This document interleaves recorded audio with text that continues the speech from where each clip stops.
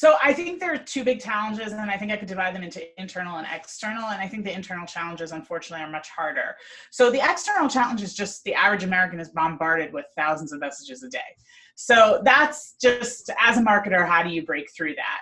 In healthcare marketing, unfortunately or fortunately, you do have this privilege sort of helping to serve people who are actually really in need of your content and your services. So it's not like you're selling a watch. You know, everyone needs a watch, but you want to sell your specific kind of watch. You're selling things that people really, really need. And unfortunately, sometimes they really need it immediately. So I think that, you know, that's just the external problem that all marketers face. I think the internal problems are much more significant for healthcare marketers. First of all, the marketing pizza pie. Drew Davis talks about this in his loyalty loop. You know, every year there's like some other thing you have to spend money on. So it's social media or voice, or, you know, are you going to have a TikTok strategy? I mean, you know, it's crazy. So I think that for a lot of hospital marketers, there's the shiny object syndrome that very often flows from the top down and sort of doesn't allow them to do the thing that they were just working on, you know, in the last month. And then I think also just the old school ways that hospitals were set up with information technology and marketing and communications and PR, and the way that people communicate now has changed. And I think it's very difficult to get a lot done when there are so many different silos and they're not necessarily working together in a collaborative way. Yeah, you know, I've thought in the past, you know, a marketer out of everything is expected to be the best in class, like in every class. And you know, you're supposed to have this Zappos like customer service, you know, experience that's just out there and amazing for everyone, and everyone's happy about it. And your content is just supposed to like rock the world and hit everyone in exactly the right thing that they're Googling, and you've answered their questions perfectly. And then you're supposed to have, you know, the digital experience of Amazon where it thinks for you, you know, where there's a lot going on. And so kind of unpacking that, there's a lot of different ways we can go to try to help with that and help in our careers, because that's the part that can be neglected, is our professional development. What about you? You know, what's the value of professional relationships and networking within your career?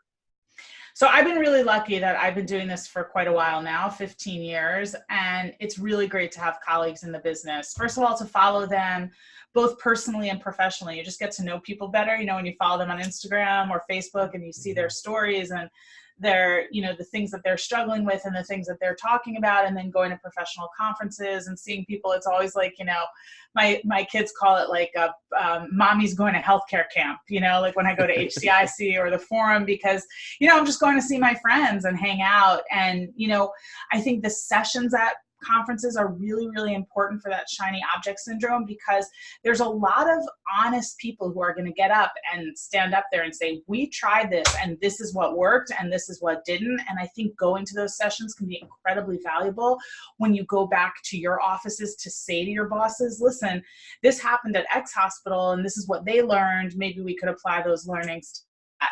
So, and also I just think it's valuable to have people. I was on the phone with somebody today and I'm like, hey, if you need to rant again, just give me a call, because sometimes you just need to blow off steam to somebody who's not in your office. And so by making those professional connections and really clicking with people, you can get, you know, that outside voice that can be the voice of reason for you. Oh, the voice of reason is very important, isn't it? We need more of that in our lives. I think we all do. Are there any opportunities, like any examples you can think of in particular of a relationship, you know, or something professionally that has helped you that it was helpful to meet somebody in person or get to know them personally? Yeah, I mean, you know, my teenagers would call it the OG, you know, the original gangsters. But I think, you know, people like Chris Boyer and Reed Smith and I think Ed Bennett, Kathy Divis, like these are people who have been doing this for a really, really long time. And so just getting to know them, Chris Bevelo, you know, reading his stuff, it's just been very, very helpful to have those kind of colleagues. Amanda Todorovich at the Cleveland Clinic is a really important influence, and listening to her speak is always inspiring. And then going outside of healthcare, I think, is also really great, and listening to some of the top marketers, Jay Baer, Ann Handley, Drew Davis. I just think that having those kind of people in your life that you can sort of go to and say, hey, I have this idea and I need help thinking it through. And hey, what about looking at it through the lens of healthcare? What do you think about it in terms of that? And, those are just, it's really fun. And I run a company and we're a distributed workforce. You can see I don't have any colleagues around me. And so for me, it's really important to be able to text somebody or call somebody and just say, I need some help thinking this through. And I have a wonderful relationship with my colleagues at Ahava Media Group, and I turn to them most often, but it's always, like I said, nice to have an outside voice. And so I would say to any marketer, but particularly a healthcare marketer, is that it's really important to make connections at other institutions.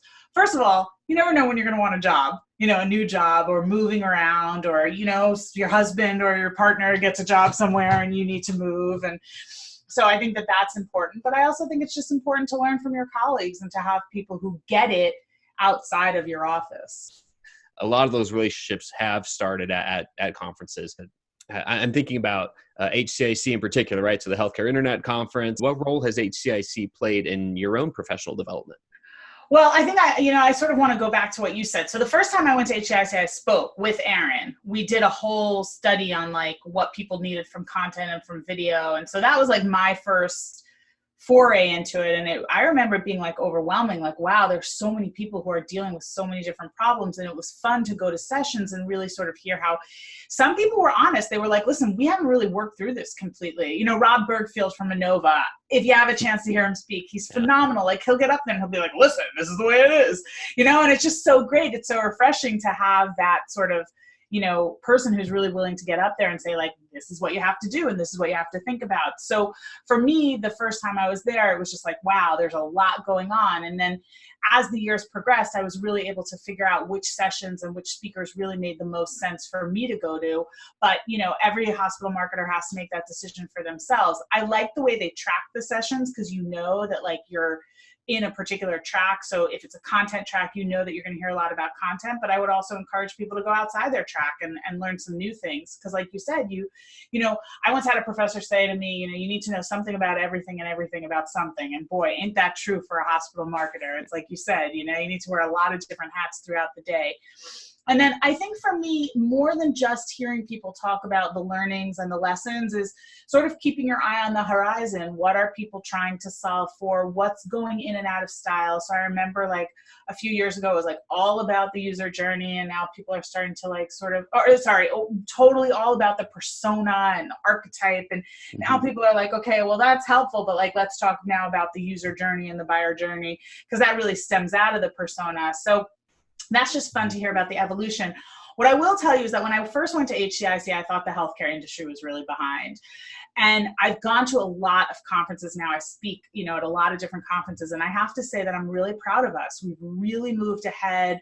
We're really on the cutting edge of technology. We're really thinking about things that other marketers and other industries are a little bit behind in. So I think we should really be proud of ourselves as an industry that we're really thinking some of those things through. And I just think the caliber of talent that you'll meet at some of these conferences is just extraordinary. You see people doing really hard things on an everyday basis, just trying to get towards a goal. And I think that can be incredibly inspiring.